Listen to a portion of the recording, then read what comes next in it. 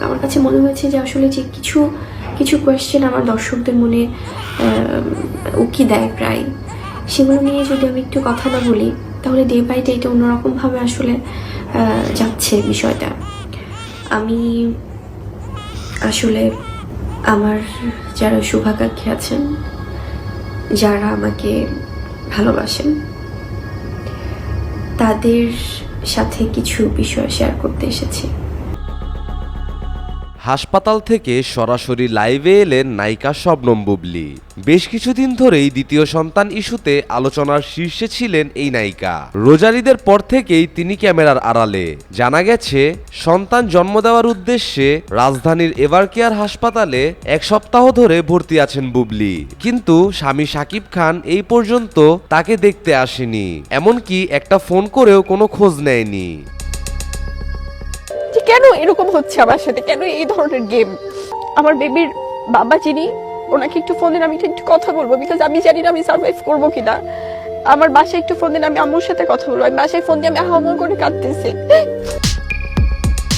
লাইভে বুবলী বলেন, আমি অনেক কষ্ট পেয়েছি। বাচ্চাটা কি আমার একার? বাচ্চাটার প্রতি কি সাকিবের কোনো দায়িত্ব নেই? আমি এই লাইভটা এই কারণেই করছি যেন এই নবজাতক শিশুটা বড় হয়ে দেখতে পারে তার বাবা তার সাথে কি অবিচারটা করেছে। ওর জন্যই আসলে আমার মনে হয় যে আমার জায়গা থেকে না হলেও হয়তো বা কোনো না কোনো দিন প্রশ্ন করবে যে মা তুমি তো কোনো কথা বলোনি কখনো, মা হয়তো বা সারা জীবন তোমার পাশে থাকবো না বাবা, কিন্তু অন্যান্য মায়ের মতো আমি তোমার জন্য অনেক কষ্ট করেছি বা করছি, পৃথিবীতে আনা, তোমাকে বড় করা। বুবলী আরো জানায়, বীরের জন্মের সময়ও আমি হাসপাতালে একা ছিলাম। হ্যাঁ, মানসিকভাবে আমি খুবই স্ট্রং, কিন্তু তাই বলে সাকিব আমাকে এভাবে শাস্তি দিবে? এই নবজাতক শিশুটার কথা চিন্তা করে হলেও একটা বার দেখতে আসতো। 1 ঘন্টার জন্য হাসপাতালে এলে সাকিবের সিনেমার কি এমন ক্ষতি হয়ে যাবে? আমি সবসময় পাশে ছিলাম, আছি, থাকবো। তুমি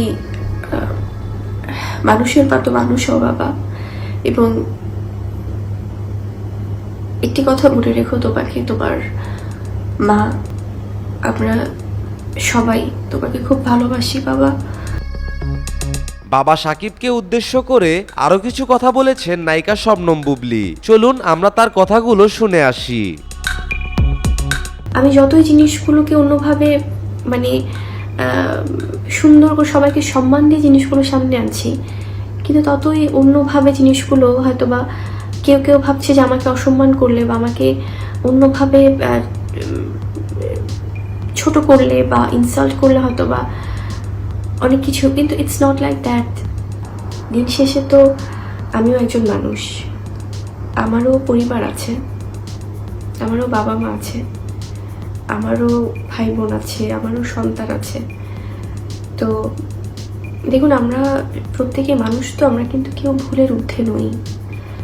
অনেকেই অনেক একদমই যদি আমরা নিজেদেরকে বলি যে না একদম 100% পরিশুদ্ধ কোনো মানুষ কি আমরা, দিন শেষে সবাই কি আমরা মানে ভুলের ঊর্ধ্বে? কিছু জিনিস শেয়ার করেছি আমার সন্তানের জন্য, ও তো বড় হচ্ছে, এবং আপনারা অনেক সময় ওকেও অনেক বিষয় ইনভলভ করে ফেলেন। ওর কোনো আসলে দোষ নেই, ও তো ছোট মানুষ। এবং অনেক সময় বলা হয় যে কেন মানে আমি তো 3 বছর প্রায় ওকে আমি চেয়েছিলাম যে আমরা একসাথে খুব সুন্দরভাবে ওর বিষয়টা সামনে আনার, হয়তো হচ্ছিল না কোনোভাবে। আমি তো অলমোস্ট 3 বছর ওয়েট করেছি। তো সেই জায়গা থেকে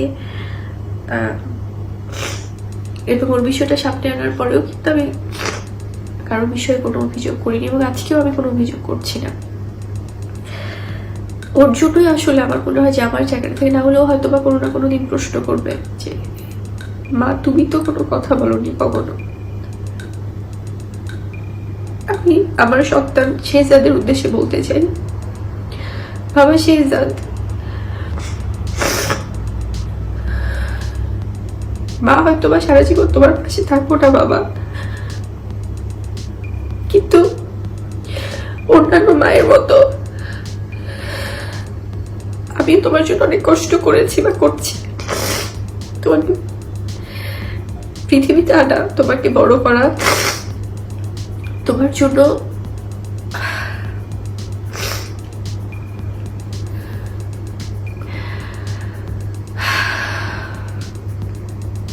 আমি সবসময় পাশে ছিলাম, আছি, থাকবো। তুমি মানুষের মতো মানুষ হও বাবা। এবং একটি কথা মনে রেখো, তোমাকে তোমার মা বাবা আমরা সবাই তোমাকে খুব ভালোবাসি বাবা।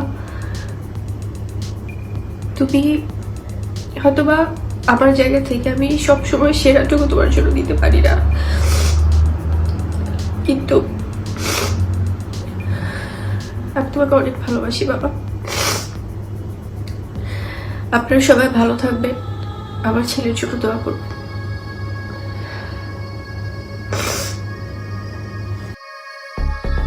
শবনম বুবলি যা বলেছেন ঠিকই বলেছেন।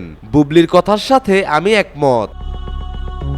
আমি গত 7 বছরে আসলে অনেকবার আমার যখনই ব্যক্তি বিষয় এসেছে আমি এড়িয়ে গিয়েছি, আমি কথা বলতে চাইনি, কারণ আমি চেয়েছি অলওয়েজ আমার প্রফেশনটাকে, আমার কাজ দিয়ে ফোকাস থাকতে। এবং আমার গুরুজন যারা অনেকেই আমার সত্যিকার অর্থে ভালো চান তারাও বলেছেন যে বুবলি থাকে, এগুলো নিয়ে কথা বলো না বোন, তুমি কেমন সেটা আমরা জানি, আমরা যারা কাজ করছি আমাদের সেক্টরে, আমরা যারা তোমাকে কাছ থেকে দেখেছি বা তারা জানবো। এবং অনেকেই বলেছে আপু থাক, দরকার নেই, বাদ দেন এসব নিয়ে কথা বলে, আপনি কষ্ট পাচ্ছেন ঠিক আছে, আপনাকে অনেকেই ভুল বুঝছে, কিন্তু এই বিষয়গুলো নিয়ে কথা বলে ঠিক এড়িয়ে যান, অ্যাভয়েড করে যান। আমি এড়িয়ে গেছি, ব্যক্তি বুবলি নিয়ে আমি কখনোই কথা বলিনি। কিন্তু আমার এই চুপ থাকা, আমার এই নীরবতাই আজকে এতগুলো দিন ধরে হয়তোবা কিছুটা ভুল বোঝাবুঝি সৃষ্টি করেছে আমার কিছু দর্শকদের সাথে। সবার কথা বলবো না, যারা আমাকে হয়তোবা বোঝেন, বুঝতে চেষ্টা করেন তাদের কথা বলছি না, কিন্তু যারা নিতান্তই হয়তোবা উপর থেকে দেখে জাজ করে ফেলেন তাদের সাথে আমার একটা কমিউনিকেশন গ্যাপ বা একটা ভুল বোঝাবুঝি তৈরি হয়েছে। এবং অনেকেই ভেবেছে চুপ থাকা মানেই